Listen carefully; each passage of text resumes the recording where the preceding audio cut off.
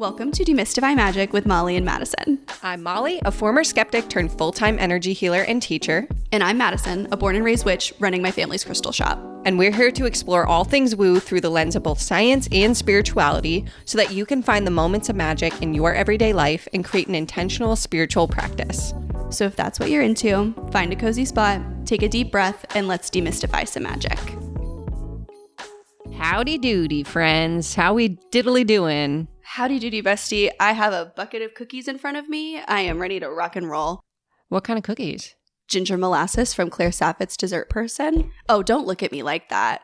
Don't you dare look at me like that. They are so good. I'm not a molasses girly, but I'll take your word for it. Oh my God. I will have to make these for you when you come down because they will change your mind. Okay. All right. I'm looking forward to it. I'm also looking forward to this conversation we're about to have because we're fired up. We are in rare form.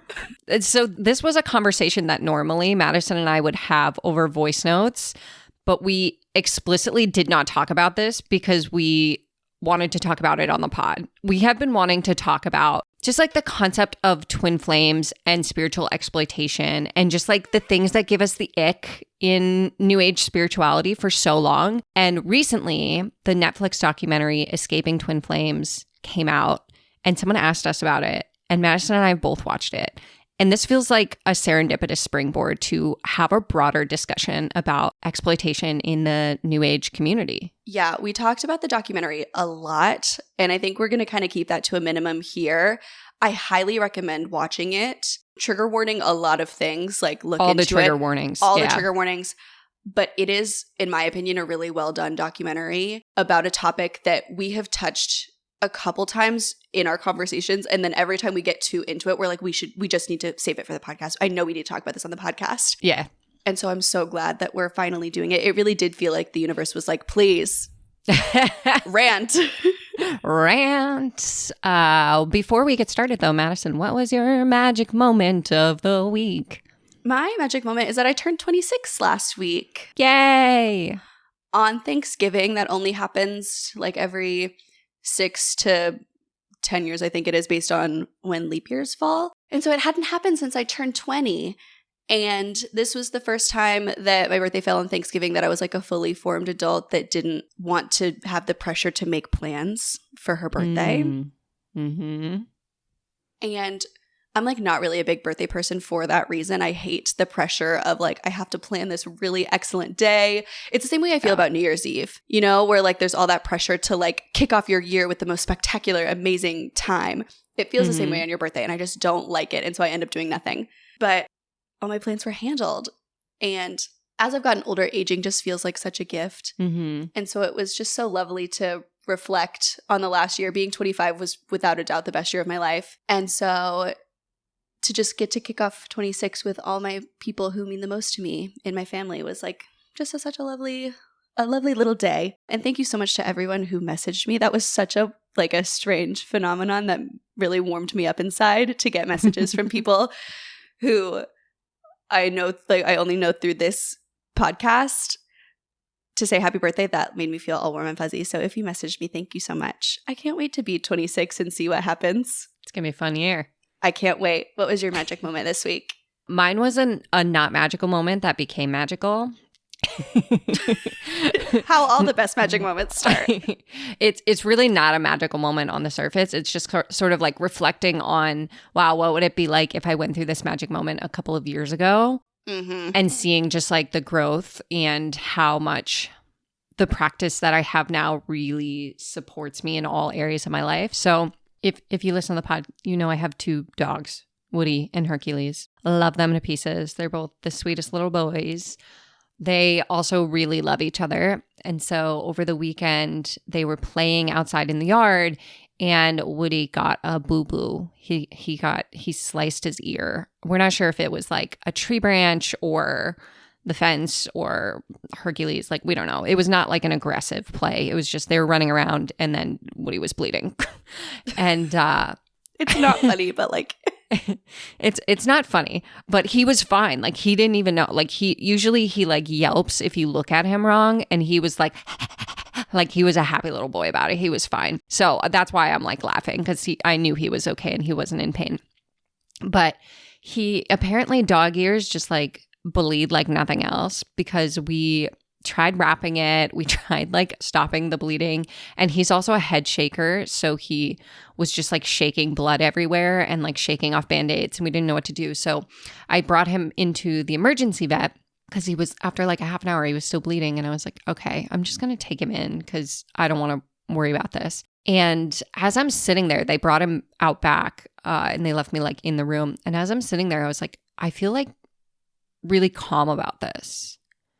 And I realized that was like the first time in a long time that I think I felt really calm in the face of like an emergency, right? It was, we were at the emergency vet. It was like a Saturday night. And it was because I was sort of reflecting on like, what were the steps that I took when this incident happened to when I realized I was calm. And it was like, okay, on the ride up, I was doing Reiki on myself, and I was doing some deep breathing while we were waiting, and just like really being present in the moment and not thinking about worst case scenario, which is not usual for me. Usually I just go to disaster land and hang out there, but I was really just like, okay, right now, like, what can I do?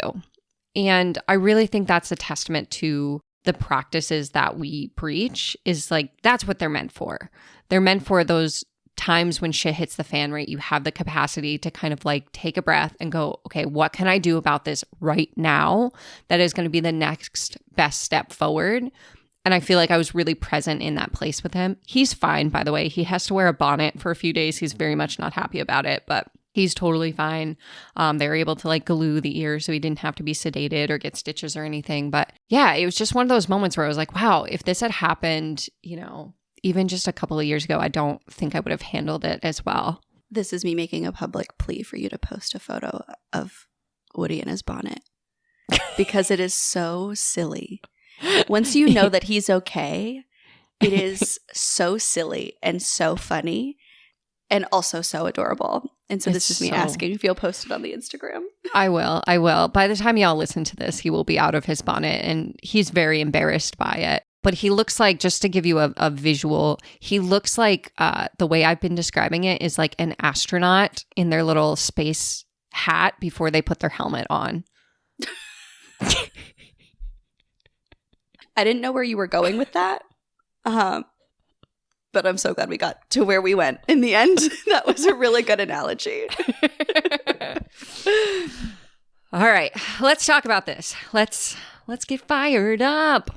So if you have not seen this documentary, it's called Escaping Twin Flames. We are not going to go in the weeds of everything in this documentary, because it's only 3 episodes. So it's like a docuseries that you can binge watch in a day if you want to. But it is essentially about these two people, this couple, that create a spiritual community, and then it becomes a spiritual church. And then there's some cult-like things that happen. Allegedly. This is all alleged. This is all allegedly. This is all, in our opinion, based off of what we saw in the Netflix documentary. Yeah, just to cover our ass. It's all alleged. Please don't sue me, Jeff. But there are people who are alleging that they were, forced to stay in abusive relationships in an effort to maintain their, what do they call it? Like harmonious union with their twin flame. Yeah, their harmonious union. So the goal of this community is to support you in finding your twin flame. That's how it seems like it started. And then it seems to have grown into, allegedly, a situation in which these two people are assigning twin flames to people in the effort to reach what they call harmonious union, which I guess is like spiritual marriage. That was like kind of what I interpreted it, is it's like, you've done it. You've not only have you met your twin flame, but you are in a relationship. But then like the thing that icks me out about it, and this was like in the first episode, is like, you have to stay with that person and chase that person no matter what. Mm-hmm. So like people were violating protection orders, people were doing stalking behaviors, people were like staying with abusive situations. It was like very, very much like this controlling, not good situation. Yes, and they use this tactic that I've seen different variances of in different communities of varying levels of ick me out factors. Called That's the a mirror technical exercise. term. Yeah, it's in the dictionary. Look it up. It's called the mirror exercise. And it's essentially where you look at yourself in the mirror, and any issue that you have with the external world, you are meant to turn it back on yourself. And it's a really excellent form of manipulation, because if you ever see a problem with your twin flame, so for example, if you're being abused, you look in the mirror and you say, this person is abusing me. The mirror exercise asks you to change that statement into, I am abusing myself. Yeah. And you're meant to always find the problem within yourself. It's self-improvement to a level that really upsets me, and I can't talk too much about it. So. And it's like, it's such a manipulative tactic in these high control groups, because if you have a problem with anything that the leader is doing, then that problem is actually you. Like, you are trained and groomed to basically think anything. It's almost like the biggest thing I have an issue with, which I feel like is going to be the meat and potatoes of this episode, is this is a community that asks you to bypass your own truth and believe what you were told and believe the information that you were fed verbatim, or else something is wrong with you. And that's the part that's where we get into manipulation, exploitation, abuse. Like that is the part that is gross and icky and all of that. And the mirror exercise is like how they do that. And their tool to get people into that place of disempowerment so that they can have full control over them. Yeah. So if you're listening to this being like, oh my God, how could anyone think that someone else can tell you essentially like who their soulmate is? Watch the documentary. Yeah. It is really, really scary and interesting in the worst way. Yeah. And they're very much like preying on vulnerable populations, people who are in desperation, people who are in financial desperation because they have like a coaching program. So I know there was like one where the woman was like, I had to spend like tens of thousands of dollars to become a coach. And Jeff just said, put it on a credit card, which is like a manipulation tactic that we see even outside of the spiritual community in like just like online coaching communities and MLMs, like, because then you are bought into it. Then you are like stuck financially, which is another form of abuse. Yeah. So watching this documentary, really, we were riled up, and it finally got to me to the place of, Molly, we have to talk about twin flames, because I think that this use of the term twin flame to a sense that is harmful is older than this organization. And this organization, I don't think, would exist without that term being what it is now. We did look up the internet definition of what a twin flame is. So if you're really lost here, Molly, what does Google say a twin flame is? A twin flame is a new age concept that describes a certain intense connection between two individuals who are supposedly, quote, two halves of one whole. Which immediately gross. Immediately no. I wanna just like frame this in case this is your first episode listening to us. Madison and I are very much like, the tagline of this podcast could be like, do what feels right for you. We're very much in the business of, my belief is that your spiritual practice is meant to help connect you with your true authentic self. And so anything we say never supersedes that. We are always inviting you to turn inward and ask yourself, does this feel right for me? Which is why these things piss us off so much, because they are in direct opposition of that.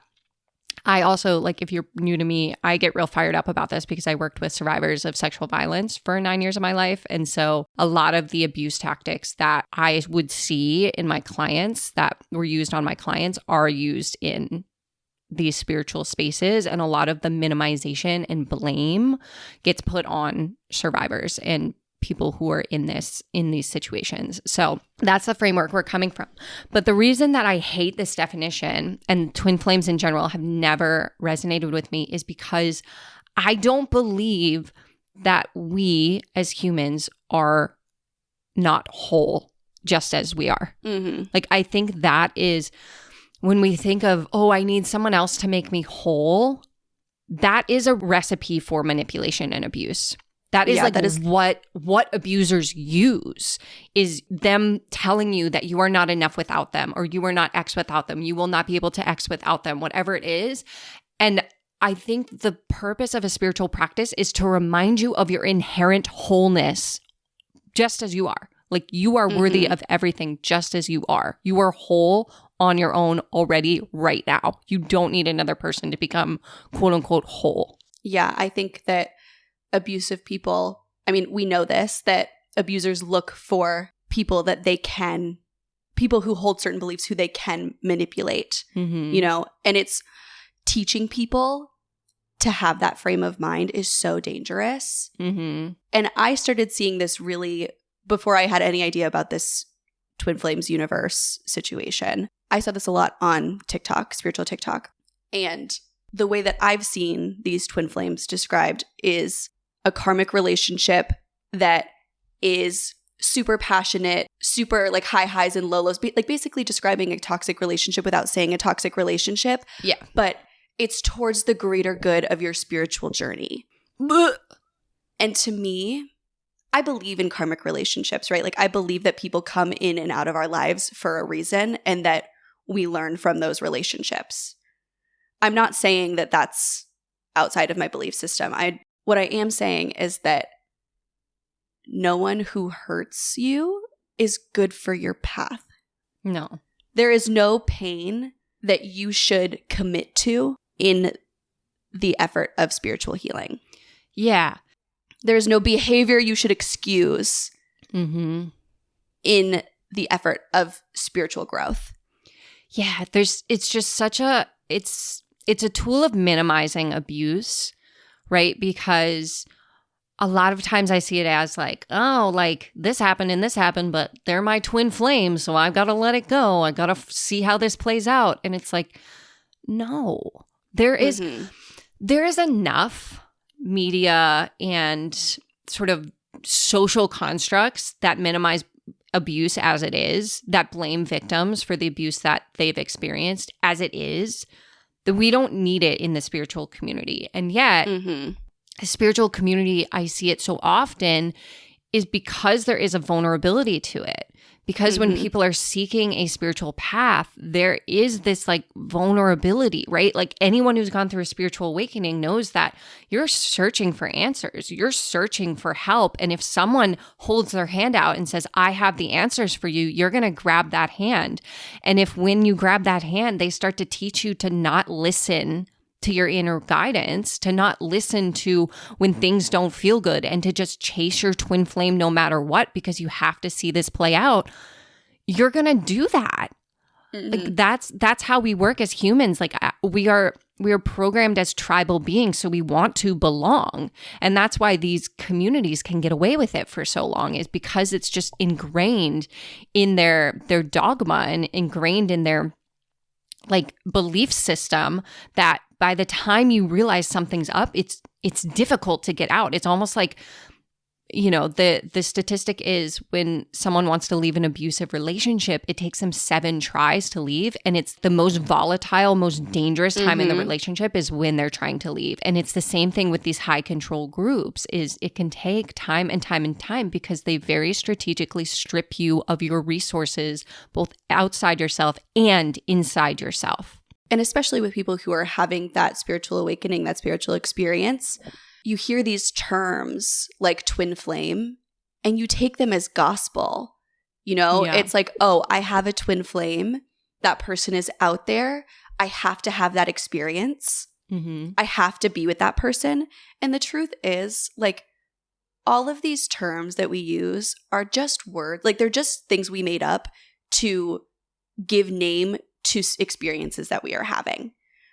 And so I think that this is like my hottest take, that as we like got ready to record, I was a little nervous to talk about, because I am afraid, like, twin flame is a term that we invented to give power to toxic relationships. Yeah. To validate those toxic relationships and to allow ourselves to be in them. Yeah. You do not need to have a relationship with a toxic person. You do not need to have a quote unquote twin flame to be a spiritual being. period.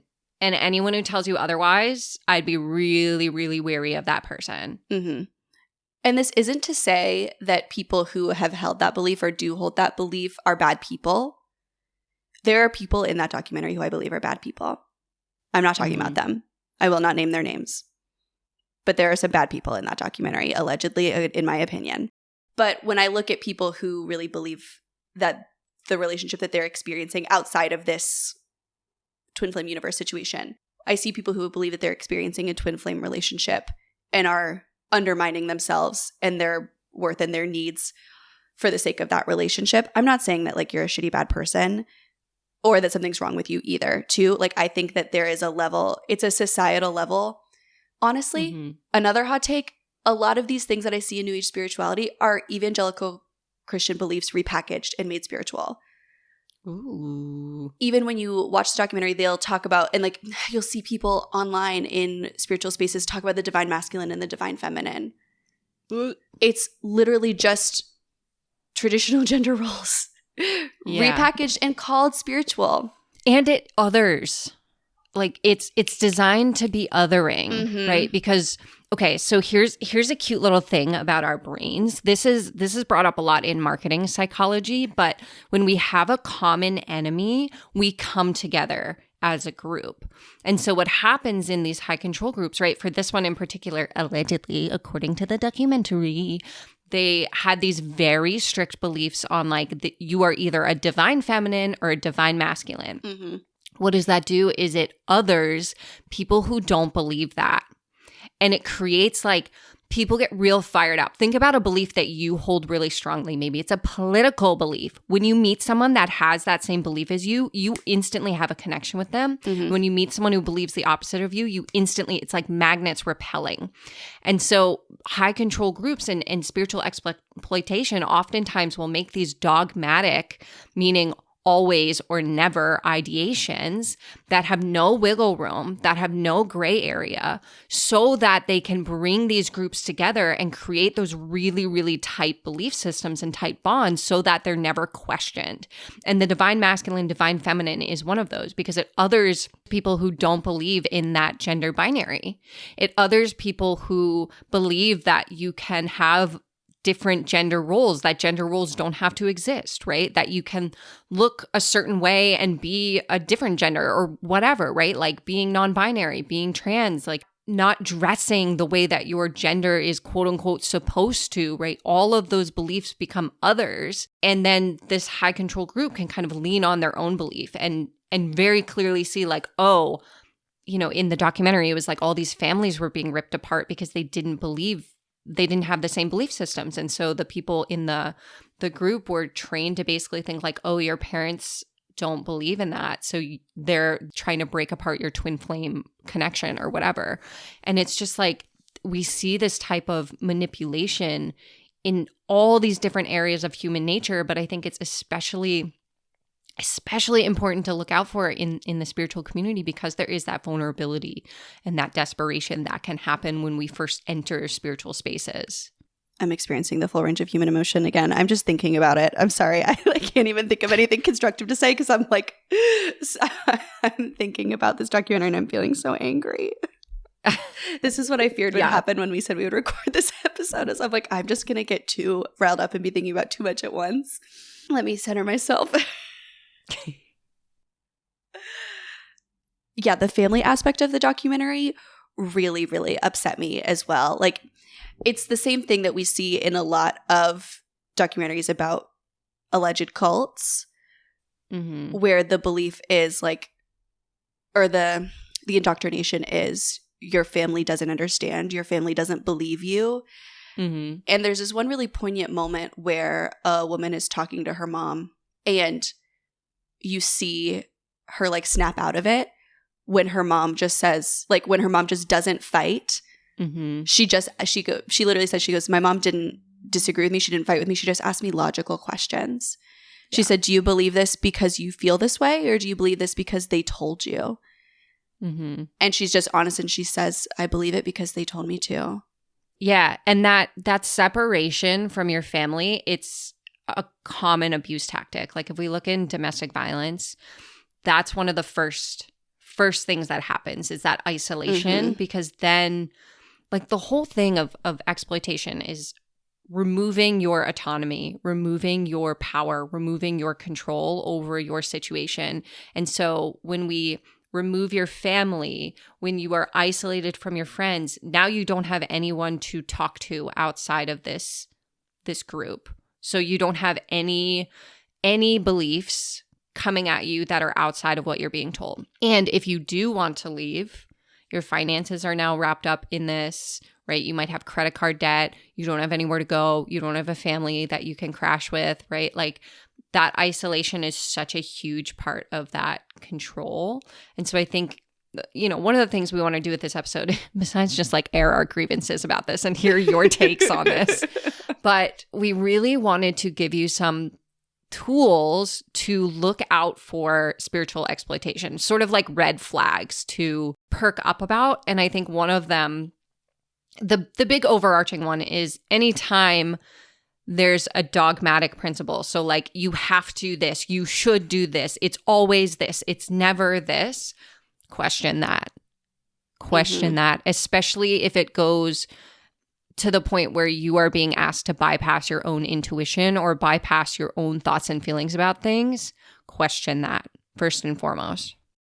Yeah, anytime someone else's opinion or belief or instruction is meant to supersede what you believe is best for you, that is not someone who has your best interest at heart. Yeah. That is not someone who cares about your spiritual growth or your spiritual experience or just your personhood, right? Like, yeah, that's not someone worth listening to, in my opinion. Yeah. And I'm going to echo this again. I know we've said it a million times. We said it earlier in this episode, but the purpose of your spiritual practice and your spiritual journey is to connect you with your true authentic self. If we look at every form of spirituality on the planet, that is the path. That is the path. And so if someone or a group or a teaching is not walking you down that path, question it. And to take it even further, your purpose as a person is not to find romantic love. That is not the only thing that you will do worth doing in your life. That's another thing I hate about twin flame ideology. Yeah. Is that relationship is meant to supersede all other relationships in your life. Your purpose can be the loving relationship you have with your friends. Your purpose yourself. Can be the loving relationship you have with yourself or your family or your job. Like you can have a purpose outside of another person being in love with you. Yeah. And I also think too, like, not to get too existential about it, but the more connected you are with your authentic self, the more you're going to attract someone who is the right fit for you and not just like someone who's going to be, exploitative or manipulative or passionate or whatever for the sake of that. Yeah. This idea that like, there's just so much about it. There's this idea that like you have this one karmic relationship that no matter what happened, like there's an underlying theme here, even outside of the documentary, outside of that group, that your relationship with your twin flame is more important than your relationships with other people in your life. And that really gets me.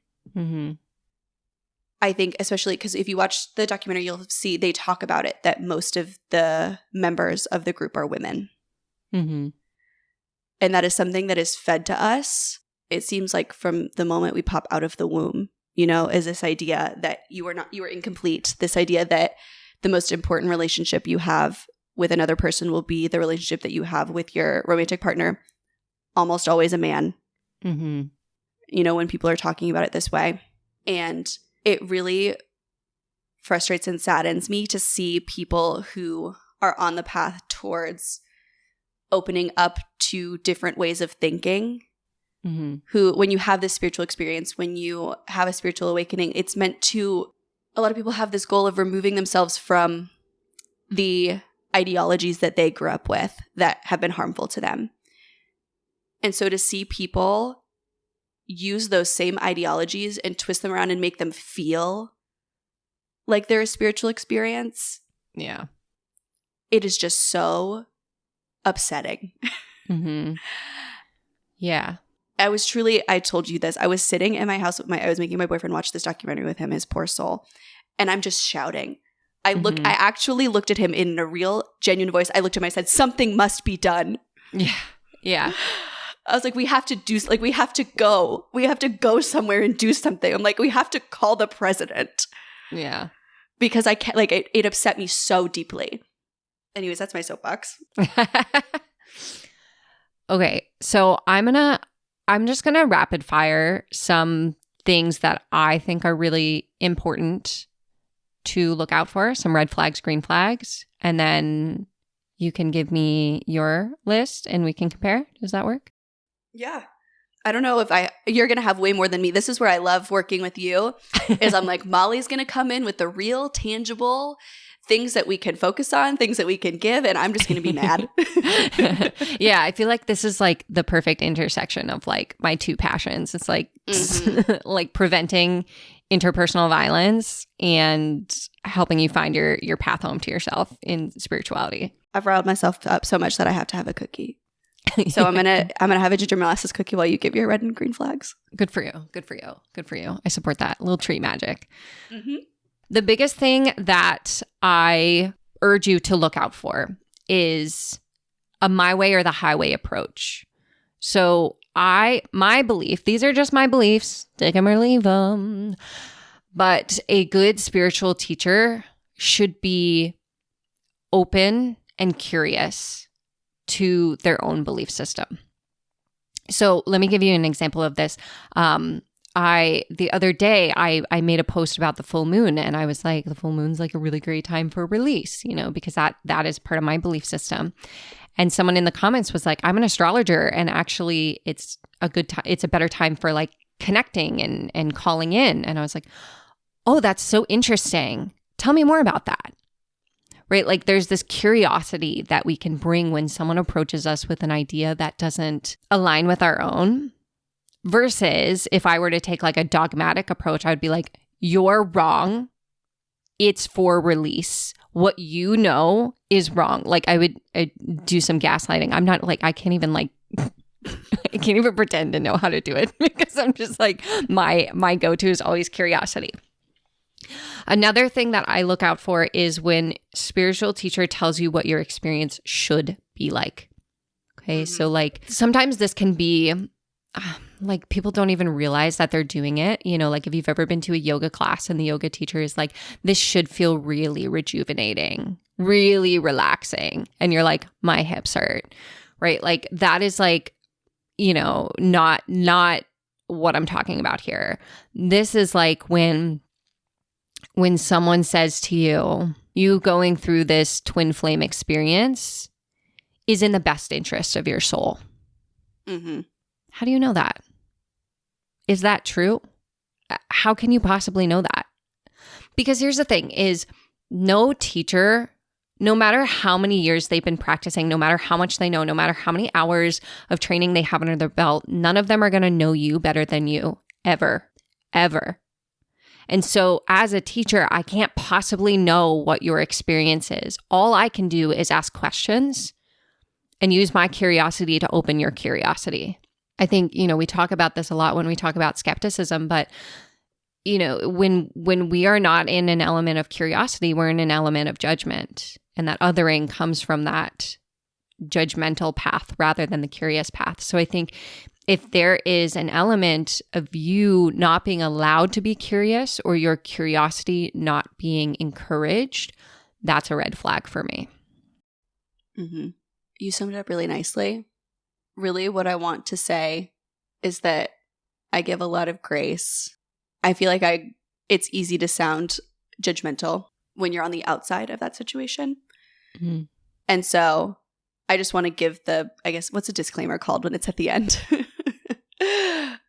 The disclaimer that I know we both do hold a lot of grace for people who are experiencing a relationship that feels, trust me, if I had access to the term twin flame even as early as like 2-3 years ago, I probably would have taken it and ran with it and used it in that same way that I'm describing. And that's why I'm talking about it the way that I'm talking about it. And so if you are in a relationship that feels like a twin flame and it has that intensity that you hear people talk about and it feels spiritually significant, I hold a lot of grace for that.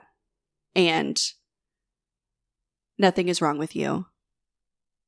And you haven't done anything bad. But if you hear these red flags and they relate to that relationship that you're in, please just noodle on it. Yeah. Because you do deserve better and you do deserve love that feels good. Yeah. And I think overall, I want to be really clear that when someone falls prey to some of these tactics, it's not their fault. Right? Like, it's not your fault if you feel like you followed someone else's belief system or you followed the twin flame belief system or whatever. Like, there's very much this element of like, when you are seeking spiritual support, you are in a position where someone can take advantage of that. Because there's like this, I mean, I always like teach my students when I teach trauma-informed Reiki, like the first thing we need to do is dismantle the perceived hierarchy between Reiki practitioner and client.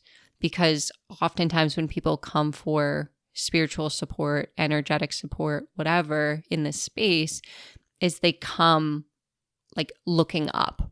You know, they sort of have this like mentality of like, you're the guru, you're the fixer, I'm here, tell me what to do. And I think that's where this exploitation begins, is the person in that position of power, that teacher, that practitioner, whatever, has the choice. They have a choice to either dismantle that hierarchy and encourage you to turn inward, to encourage you to amplify your curiosity, or they have the choice to disempower you. And they are the ones making that choice. It is not your fault if you are the one being disempowered. They are the ones who have a choice and they are choosing to disempower you. That is how abuse works. The abuser makes a choice. And that's my soapbox. Yeah. So when we have this like this energy, it is at the abusers. It is at the exploiters. Yeah. It is not at victims. Yeah. I feel very protective of like, I don't know. I feel like all of you listening, I feel like mama bear protective of, just because like I know how easy it is to fall prey to this. I know because I hear it from all of you, people who message me and say like, oh my God, my crystal got wet. Is it going to curse me? Or I bought Moldavate and is my dog going to die? Like, this messaging is pervasive. And that's why Madison and I are here. That's why we're constantly telling you to turn inward. That's why if you DM us and you ask us a very specific question of like, is this good or is this bad? We probably respond with the question to you. Because we're always, our whole goal with this platform is to help you look within and to help you. Like I always say, like the goal of a teacher is to become less and less necessary. When you're an exploitive cult leader, your goal is to become solely necessary. That's the difference. So long story short, fuck that guy. Fuck that guy. Fuck that guy. Anyways, if you've watched the documentary, we would love to talk about it. Please. Please send us a DM. I'm running out of people in my life. I know. If you are as fired up about it as us, please let us know. If you have thoughts, feelings that we missed, please also let us know. I feel like sometimes when we're in a blind rage, it can hard for us to be organized. It can hard for us to organize. See? Like the sentence alone. Just like that. Yeah. So anyways, we hope this helps you either validate something you were already feeling or help you become curious about your own relationship to spirituality, curiosity, yourself. Yeah. And if you want to hear us talk more about our quote unquote spiritual hot takes. We have a lot of them. Yeah. So let us know if you liked this blind rage format. Yeah. Maybe we'll do it again. Next time we get riled up about something. Okay, friends. Until next time. Bye. Bye. Thanks for listening to Demystify Magic with Molly and Madison. If you want to learn more about us, you can find all our links in the show notes. We'd love to know what you think of today's episode, so drop us a review or give us a shout out on social media. And don't forget to let us know your magical moment of the week. Okay, love you. Bye.